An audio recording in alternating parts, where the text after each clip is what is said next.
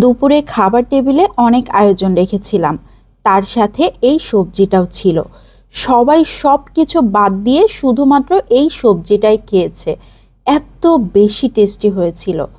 তো প্রথমে আমি একটা লাউয়ের অর্ধেকটার একটু বেশি পরিমাণ নিয়ে নিয়েছি। লাউগুলোকে একটু ছোট ছোট করে কেটে নিয়েছি। আধা কাপ মসুর ডাল খুব ভালো করে ধুয়ে দিয়ে দিয়েছি। একটা আলু কেটে দিয়েছি, একটা টমেটো কেটে দিয়েছি, কাঁচামরিচ দিয়ে দিয়েছি ৬-৭টার মতো, লবণ দিয়ে দিয়েছি, হলুদ গুঁড়ো দিয়ে দিয়েছি।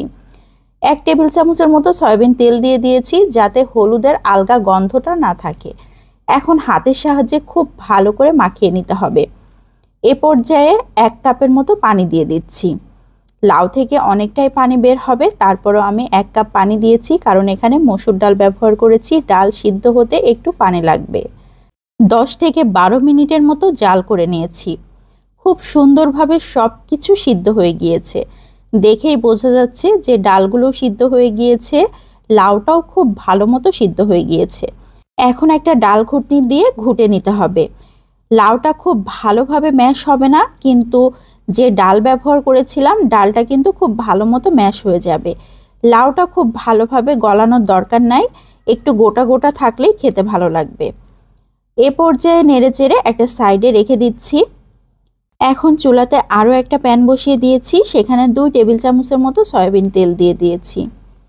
২টা শুকনো মরিচ নিয়ে নিয়েছি, ছোট ছোট করে কেটে দিচ্ছি। মরিচটা একটু নেড়েচেড়ে ভেজে নিচ্ছি। যখন কালারটা চেঞ্জ হয়ে যাচ্ছে তখন আধা চা চামচ গোটা জিরা দিয়ে দিয়েছি। জিরাটা যখন ফুটতে শুরু হয়েছে তখন দিয়ে দিয়েছি ২ টেবিল চামচ রসুন কুচি, ১ টেবিল চামচের মতো পেঁয়াজ কুচি। বেশ কিছুক্ষণ এভাবে নেড়েচেড়ে খুব ভালো করে ভেজে নিয়েছি। একটা সাইড করে নিচ্ছি। এখানে একটা ডিম দিয়ে দিচ্ছি। এই ডিমটাকে খুব ভালো করে ফেটিয়ে নিতে হবে। তো আমি এভাবে নেড়েচেড়ে ডিমটাকে খুব ভালোভাবে ফেটিয়ে এখন পেঁয়াজের সাথে খুব ভালোভাবে ভেজে নিচ্ছি। বেশ কিছুক্ষণ এভাবে নেড়েচেড়ে যে সবজিটা আমি সিদ্ধ করে রেখেছিলাম সেই সবজিটা দিয়ে দিয়েছি। এখন অনবরত নাড়াচাড়া করে সব কিছু খুব ভালোভাবে মিশিয়ে নিচ্ছি। এই সবজিটা খেতে এত বেশি টেস্টি হয়, যারা এভাবে খেয়েছেন তারা তো জানেন, আর যারা খাননি তারা একবার হলেও ট্রাই করে দেখবেন। অনেক মজার হয়। আর এই সবজি দিয়ে ভাত, রুটি, পরোটা সব কিছুই অনেক মজা করে খাওয়া যায়। সকালবেলা নাস্তার টেবিলে এরকম একটা সবজি থাকলে রুটি পরোটা খেতে একদমই কারোর খারাপ লাগবে না। তো এ পর্যায়ে দিয়ে দিচ্ছি ধনিয়া পাতা কুচি। আমি একটু বেশি পরিমাণ ধনিয়া পাতা দিয়েছি, যারা পছন্দ করেন না তারা স্কিপ করতে পারেন। খুব ভালো করে নেড়েচেড়ে নিয়েছি। ধনিয়া পাতা দেবার পর খুব বেশিক্ষণ আর জাল করা যাবে না। এই সবজিটা একটু ঝোলঝোল রাখতে হবে, না হলে যখন ঠান্ডা হয়ে যাবে তখন কিন্তু একদম এঁটে যাবে, তখন আর খেতে ভালো লাগবে না। এখানে ডাল ব্যবহার করা হয়েছে, এই জন্য ঝোলের পরিমাণটা একটু বেশি রাখতে হবে। তো আমি সার্ভ করে নিয়েছি।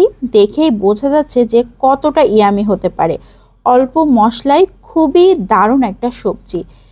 তো আজকের এই সবজির রেসিপি ভালো লাগলে সবাই লাইক ও কমেন্টের মাধ্যমে অবশ্যই জানাবেন। ভালো লাগলে বেশি বেশি করে শেয়ার করে দিতে পারেন, অনেকেই দেখার সুযোগ পাবে। বিদায় নিচ্ছি। আসসালামু আলাইকুম।